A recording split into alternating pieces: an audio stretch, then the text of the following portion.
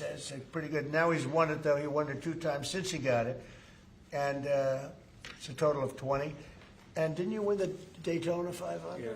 How many times? 4 times. That's all? That's terrible. I can't believe it. Anyway, if you win it once, it's like great. The guy's amazing. He's a genius, and a real genius at cars and racing. And they are going to put up something that's really amazing. It's really having to do with our great 250th birthday, where we're having so many wonderful things. UFC is coming, as you know, in front of the White House, with a building literally a stadium. We're going to have over 100,000 people. And this is going to have a lot of people. I won't even say how many people, because I think it can set a record for racing. It's going to be very, very important. We're celebrating Greatness with American Motor Racing. That's going to be the name of the event. It's going to take place on August 21st through the 23rd. And it's going to be so exciting. And I love the racing. I don't have a lot of time to watch it, but I love the racing. And just before we start, I will say numbers came out this morning. They're phenomenal for the country. So we announced yesterday that for the first time in, I think, 28 years, America made more steel than Japan. Can you believe it? Japan's a big steel country. America made more steel than Japan. The numbers are record-setting numbers. Every one of our numbers are good. We've never had anything like it. We have over $18 trillion coming into our country. We're building thousands of plants and all sorts of businesses all over the United States. It's never been anything like it. $18 trillion investment. So we have over, fellas, we have over $18 trillion being invested in the United States of America. The record was $3 trillion 10 years ago, not by us, by another country. And we're going to do 18, and I think the 18 is going to go higher. We're just looking at 11 months. The 12th month hasn't come in yet, but it's going to bring us over 18, maybe even hit 20. So you have 18 to $20 trillion coming in, and we've never had anything like it. We have a record we just set, as you know. The S&P 500 just set a new record, 7,000. Nobody thought that was possible in this quick a time. They thought maybe at the end of 4 years or 5 years or 6 years. But we did it in the first year. And we had 48 stock market highs, Roger. So Roger's a big beneficiary because he has a lot of stock. But anybody that has stock, including people with 401ks. So the economy has never been like this. It was just announced that crime is at an all-time low. Best numbers on crime in the recorded history of our country, and the lowest numbers of murders in the history of our country that we have. Recorded history goes back 125 years. That's not bad. And a lot of that is because of the fact that we have a closed border. We've taken out thousands and thousands of criminals and murderers and drug dealers and everything else. And we've either brought them back to their country, or in some cases we have to put them in our jails because we don't want to have them come back. And so we don't want to just bring them back to their country and then they maybe come back. Despite our border, they're pretty sneaky, pretty smart. So we're doing things that nobody's ever seen before. The country is really in great shape. We have a large armada, flotilla, you can call it whatever you want, heading toward Iran right now, even larger than what we had in Venezuela. It's still in front of Venezuela. The Venezuelan situation, the leadership is doing a very good job. We're very happy, and we're getting along very, very well. And we're inviting countries of the world very shortly. They're going to be starting to take the oil. We're going to be heading that with the country, and it's worked out really well. We're now sending actually a larger number of ships to Iran, and hopefully we'll make a deal. If we do make a deal, that's good. If we don't make a deal, we'll see what happens. But this is going to be exciting. So I'm going to ask, and he really is a legend. He's a great man. I've known him for a tremendously long time. I refuse to say we were both young. Now we're both a little older. We refuse to say old, but we're a little older. But Roger Penske is the chairman, as you know, of Penske Corporation. He's got everything you can imagine, mostly, I think, to do with automotive. And I'd like to ask him to say a few words about the event, because this is going to be, they're putting everything behind it, and I think it's going to be really exciting. Roger, please. Well, thank you, Mr. President. This is a really amazing time for us as a company to support the 250th anniversary for the country. And there's no better way for us to bring automotive and speed into the D.C. area and to have the opportunity to be able to compete here with our Indy cars.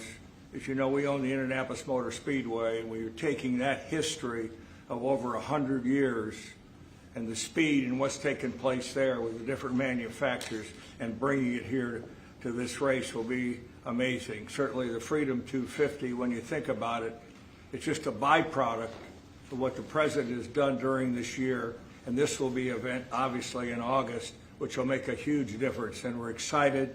Be areas for people to see.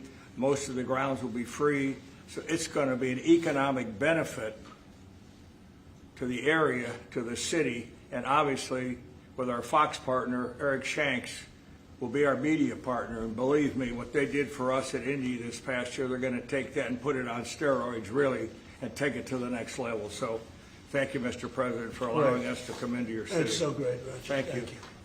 Great man. Eric, I'd like to have you say a few words. He's done a fantastic job at Fox, and he's really excited about this, and I know they're going to lay it on the line. Eric, please. Sure. Well, thank you, Mr. President, for having us here today. Big shout out to Secretary Duffy. This project was kind of on life support until you stepped in recently and got us here today. Secretary Burgum, your team has been absolutely incredible. Explain how many times you came to Washington trying to do this. I think Bud came here 81 times. 81 meetings I had in Capitol Hill. Meeting with senators, meeting with people at the Capitol. And they all wanted it. Everybody wanted it, but they couldn't figure it out. It was crazy. 80 some odd times. That's pretty amazing. So go ahead, please. Well, it's a real honor to be a partner with Roger and IndyCar. And at Fox Sports, we do the biggest events in sports. This year we have the FIFA World Cup that we'll be celebrating here as well. And then dovetailing right after that, to be able to celebrate America's birthday on Fox is an absolutely incredible honor. And everyone at Fox Sports can't wait to see exactly how this is going to unfold and bring it to life. So, Mr. President, thank you again for signing this today. And the big thing, it's August 21st through the 23rd, and I believe the race is on the 23rd, right? Yes. That's going to be incredible. They're going to have practice sessions. It's going to be just a very exciting period, I think, for Washington. If I could, I'd like to ask Sean Duffy, the Secretary of Transportation, who's terrific and doing a great job. Much more important than Sean is we have Rachel Campos Duffy here, and she's one of the greatest people I know and one of the greatest people on television, so most of you know her, but I don't think we'll have her speak about the race because she knows less about it than anybody up here. But she is fantastic. Sean, please. So the President gave us all a directive, which I'm grateful for. We're going to celebrate America's 250th birthday, and he asked all of us to think outside the box. How do we make this historic and cool, and let's all do this together? And he loves the country and loves the birthday, and so we at DOT were working on this concept. We didn't know at the same time Penske was working on the same project too. And so we've come together, and Doug has been a wonderful partner. But to think 190 miles an hour down Pennsylvania Avenue, this is going to be wild. The last time we had a race in the capital city, Bud, was when? 1801, Thomas Jefferson with a horse race. A horse race in 1801, Mr. President. Now we're going to do a real race. That's so great. That's such a great. So listen, this doesn't happen. You know, we just don't come in and ask the President to sign. There's a lot of work that goes into this, as you can tell. Bud and my Chief of Staff Pete all had a lot of meetings on the Hill. We couldn't be more excited about this. Again, I'm going to repeat: this is free for the American people to come to your nation's capital and see a great road race. Freedom, America, speed, and road racing. It doesn't get more American than that, Mr. President. So thank you for signing this, and thanks for all your support. Fantastic, and what a job you've done to put it together very quickly. They've been coming here for years, and everybody wanted it. You know, every senator wants it, every Congress, everybody wants it, but they don't get things done. Only Mr. President. Trump gets things done. We didn't have 89 meetings. We had maybe a half a meeting. I think this is probably about a half a meeting. I'd like to thank Pete Meacham for the great job you've done representing us, and Luke Bunting. These are two young people that work with us, and they've really been fantastic. I'd like to ask Doug Burgum to say a few words. He's very much involved through his position of interior, because a lot of the space is interior. He sort of has, I think he's the largest landlord anywhere in the world by far. So Doug, could you say a few words, please? Yeah, absolutely. Thank you, Mr. President. This birthday that's coming up, the 250th anniversary of America, Freedom 250, is the most monumental birthday maybe of any country ever in the history of the world. And President Trump, with his directive to celebrate this thing, we've got what's more American than race car driving? What's more monumental than the Indy 500 as an icon of what's going on in our country? And so merging the history and the tradition of our capital, Washington, D.C., with the speed and the innovation that goes on in the IndyCar series is incredible. And it's a great metaphor, because the speeds we're talking about is the speed of President Trump. I want to reiterate, there weren't 81 meetings with the Trump administration. I think it was, they called President Trump. He got Sean and I going, and that was like from Saturday till now, we have a race. 1 week. 1 week we have a race, as opposed to like 4 months of talking. So I think there's also a metaphor here about President Trump, who's an incredible sportsman. He's an athlete himself, but he loves sports. And so whether it's soccer, UFC, the football draft, NFL football draft coming, IndyCar, and all the teams that he hosts here. I mean, to any American who loves sports, you ought to love this president, because he's bringing professional sports to our capital. And again, August 21st to 23rd, you talk about the economic impact. By the time all those reporters get done telling the story, there's not going to be a hotel room available in this city on that weekend, because everybody's going to want to be here. Right. People that maybe have wanted to see an IndyCar race their whole life are now going to have an opportunity to come to their capital, celebrate 250, and see an IndyCar race for free. And they're going to be able to see it on the National Mall. And wherever you put down your lawn chair and watch this race for free, you're going to be staring at the Washington Monument, the Lincoln Memorial, the Jefferson Memorial. And I'm sure there's going to be fireworks this weekend, too. I'm sure of that. And if you need a permit, you can get one from Interior.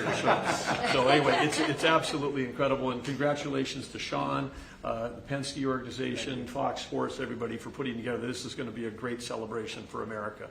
Thank you very much, and you're doing a fantastic job. Could I just ask Bud Danker, who's the president of Penske Corporation, to say a few words, please? Well, thank you, Mr. President. You know, Eric Shanks and I from Fox had this dream, and just last July, and could it ever be possible to bring a race to our nation's capital to celebrate our country's history? And everybody said there's no way. It's impossible. How do you put a race on at 190 miles an hour in a city like Washington, D.C.? I came here, I walked this area for a while, I found a racetrack on the Capitol grounds, up against a lot of meetings, and couldn't get the kind of support we need. So within a week, Secretary Duffy and we put this together with the president, didn't we? And now we have a race here on our city property, on the national properties, that is going to celebrate America. The word free shouldn't be overridden, because we are going to have a free event here. People come out and celebrate our country's history. I also want to thank Mayor Bowser. She has been a great partner in this process as well, too. So I know, Mr. President, she's a great supporter of what you've done here in the city as well, too, and we thank her for this. But we're going to have an amazing event. We're going to make everybody in this country proud. We want everybody to come out for free and enjoy this and celebrate our country the way it should be here in the nation's capital. Thank you, Mr. President. And I said, pick the best site. It's very important. Pick the best site. Don't go for second or third, because there are a lot of different routes. I said, pick, even if it's more difficult to get approved. Pick the absolute best site. And they were actually looking at another site, and when I said that, they said, well, the best site is this site, the site we're doing. I said, let's take a look at it, and we think it's the best site too. It's actually better than the original site they were looking at, but if we're going to do it, we want to do it right. So this is going to be something in terms of the road width, the crowds, and everything else that we can all. The best site. One of the best sites I've ever seen, actually, and it'll be beautiful. So I'm going to sign this, and if you have any questions on this subject, that'd be great. We just named a new Fed chairman today. You know that? He's a central casting. He's like Roger Penske, central casting. You know him, Roger? Very good guy. Roger, no auto pen. I didn't use an auto pen. Here, Roger, take that. I will. There you go, my man. I didn't want to sign each letter, you know, they sign each letter, they hand pens, I used to watch these presidents. One letter, you gotta see what it looks like at the end. Never looks too good. Here, Rachel, take that for your team. Congratulations, this is really exciting. Thank you. Really,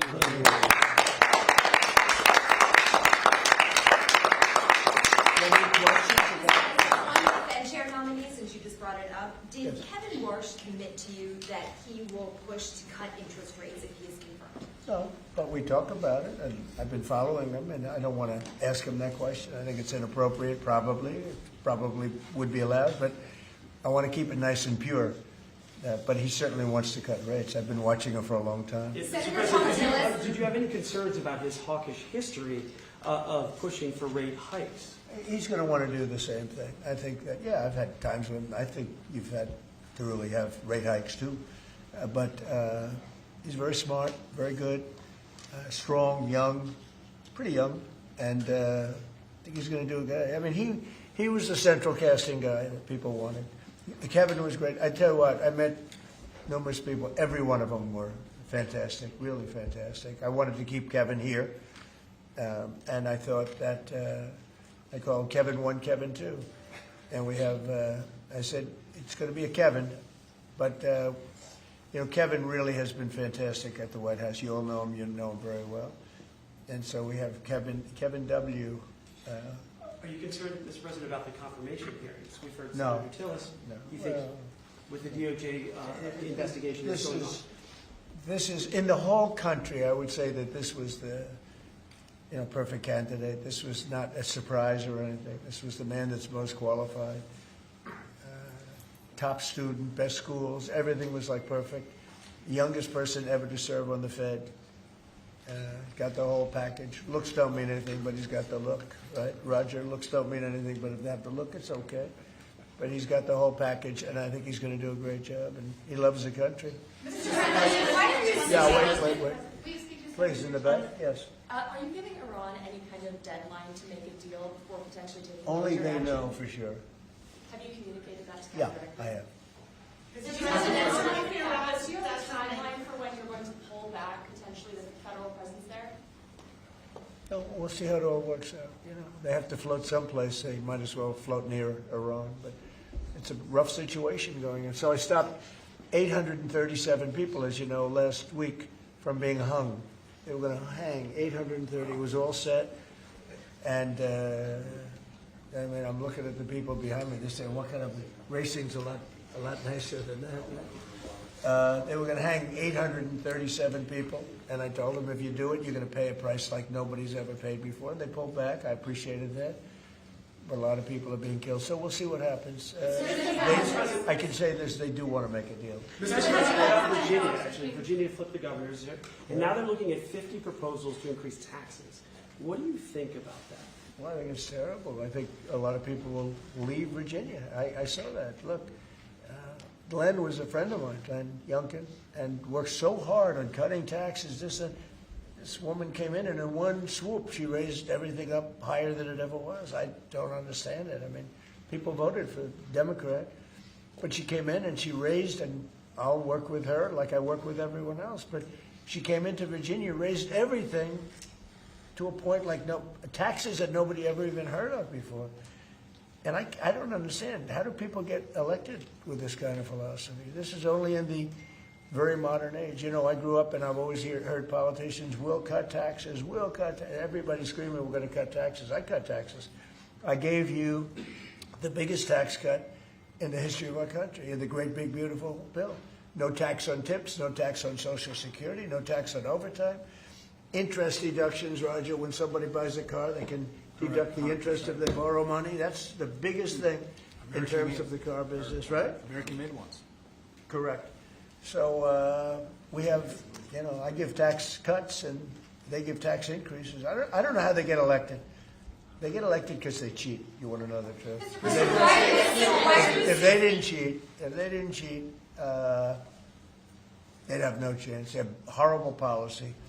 Transgender for everyone. They have the little thing about open borders so that the world's prison population and mental hospitals can be emptied into our country. It's just a crazy, men playing in women's sports. Roger, are you a fan of men playing in women's sports? Only as a bettor. You'd like to bet. If you're not a big fan, I don't think so. I don't want to get him in trouble, but I think he joins in 99% of, they say it's an 80-20 issue. I think it's maybe 99. It's 99-1.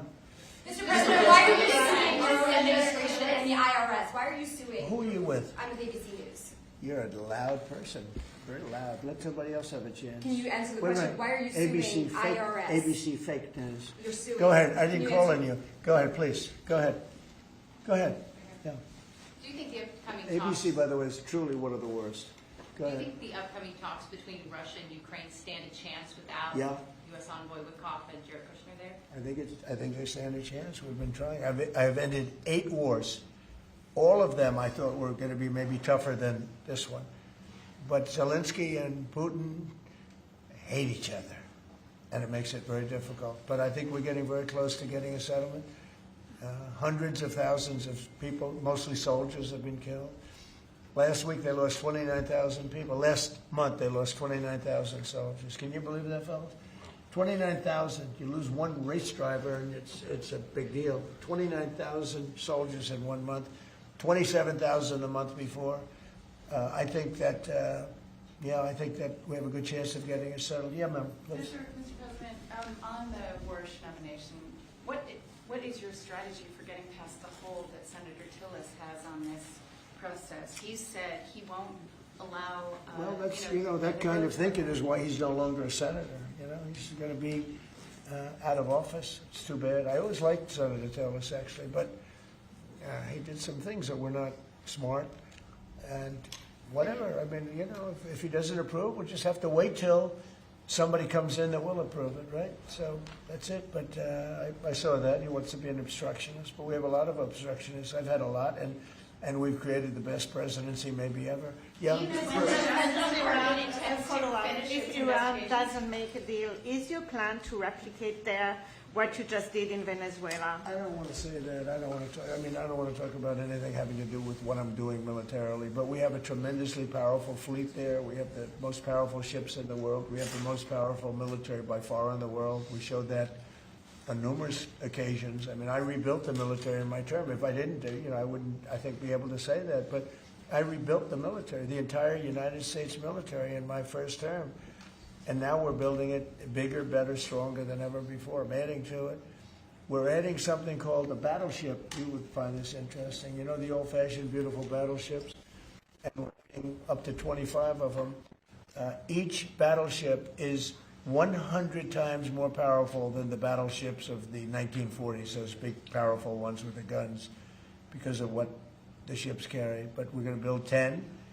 And then we'll see how we like them, and we're going to go and do another 15 after that. It could be up to 25 battleships, 100 times more powerful. Can you imagine that? And it's peace through strength. We don't want to use them, but if we have to use them, we will.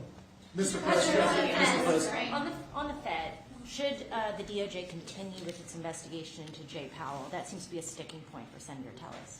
Well, he's got a building that, I build buildings, and I build them under budget, ahead of schedule. I build them, but they're within reason always. And this is a small little complex that's costing billions of dollars. Most expensive job per square foot ever built. And it's a little complex. It's a little Fed complex. I built the hotel on Pennsylvania Avenue, and I built it for around $200 million. And it's bigger than that. They're spending many times that amount to do a renovation of a building. I've heard numbers as high as $4 billion. $4 billion to build a building. I could have renovated that building and fixed it up, made it beautiful for $25 million. They're going to spend close to $4 billion on it. So it's either gross incompetence or it's theft. Somebody's making money, because you can't spend. It's more per square, and you have half a building there. You have the structure, you have the exterior skin that they're not changing much. They're building a building, and they're spending almost, I'm hearing numbers of between $3 and $4 billion. It's the most expensive structure ever built per square foot.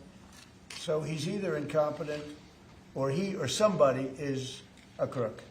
and we'll find out. Mr. President. Do you think Christine On should step down? Minneapolis, On Minneapolis, Governor Tim Walz recently likened the conflict on the ground to Fort Sumter, sort of implying that this is the beginning of a civil war. Do you agree with that characterization? Do you feel like there's a civil war brewing in Minneapolis? Governor did. Well, does he know what Fort Sumter was, or do you think somebody wrote it out for him? No, this is, I was elected on law and order. I was elected on a strong border. We had a border that allowed 25 million people to come in. Many were murderers. They murdered people. We had 11,888 murderers. We had prisons, including Venezuela, but Venezuela opened its prisons. So did the Congo. The Congo in Africa opened its prisons and dumped people into our country. Many countries did that. I would have done that if I were leading a country. I would have dumped the prisoners into our country. We had open borders. We had all these things. I was elected on law and order. I was elected on the economy. I was elected on a lot of reasons. Because when I took over, we inherited a mess. Prices were too high. Inflation was the highest it was in 48 years. I say ever, but the media always corrects me by saying it's only 48 years. I think 48 years almost sounds worse. But when I was elected to do a job. And one of the big things I was elected to do is law and order. We now have the lowest crime rate in the history of our country. We have the lowest murder rate in the history of our country. We have Washington, D.C., which was a dangerous place to walk, is now a totally safe city. You can walk with your husband or your wife. You can walk with your children right down the middle of the city. Nothing's going to happen. We did a great job. We had the National Guard. We have soldiers. We have people that nobody's going to mess with. And we've taken out. Remember, it's not just that. In Washington, we've removed over 2,000 criminals. And, you know, if you look at the numbers, a very small percentage of your population, 2%, 3% of your population causes 90% of the crime. So when you move a small, it's amazing how that works. But the criminals go over and over and over again. So 2 to 3% of your population can cause over 90% of your crime. So it's not that complex. We moved 2,000 people out of Washington. We brought them back to their countries where they came from. They came through open borders by sleepy Joe Biden. And I will tell you, Washington is safe. If you look at New Orleans, as you know, we went there about 4 weeks ago. I was with the mayor of New Orleans last night. He was at the premiere, and she was at the premiere. She was great. I believe she's a Democrat. She came over. She thanked me so much. She said crime is down more than 50% in just a few weeks. And you couldn't even walk down the street in New Orleans. It's so bad. And now they let us in there, and she is thanking me so much, so profusely. She was great last night. I'd do that if I were a Democrat. I'd say call Trump in, let them do what they do. But we remove people, criminals, from the cities, and they become safe cities. If you look at Minnesota, Minneapolis, we have crime down there because we took out thousands of people, despite all the mess and everything else. But do these people really want to have rapists? Do they really want to have drug dealers and people from prisons and murderers? Do they really want to have them in the community? You know, it's really insurrectionists and agitators, and they're paid. And you can tell a lot of reasons. Number one, they're professionals, you know, with their mouth. But they're also, you look at the signs. The signs are all professionally made. They have signs that are gorgeous. In fact, I want to get the sign because I need a lot of signs for different things, and I want to find out whoever does their signs, they do a beautiful job. You know, everybody has this beautiful sign with brand new wood. It's like leather panels. They have a leather handle on the bottom. These are not people these are people that are handed signs, and we know pretty much, we're getting very close to it, but we know pretty much who's funding this stuff. These are paid insurrectionists, paid troublemakers. But I was elected by a landslide. I won every swing state. I won the popular vote by a lot. I won everything. I won everything. And I was elected by a landslide on law and order and on strong borders. We had a border that was so bad, so open, where 25 million people came in over a period of 4 years, and now nobody comes in. Nobody even tries to come in.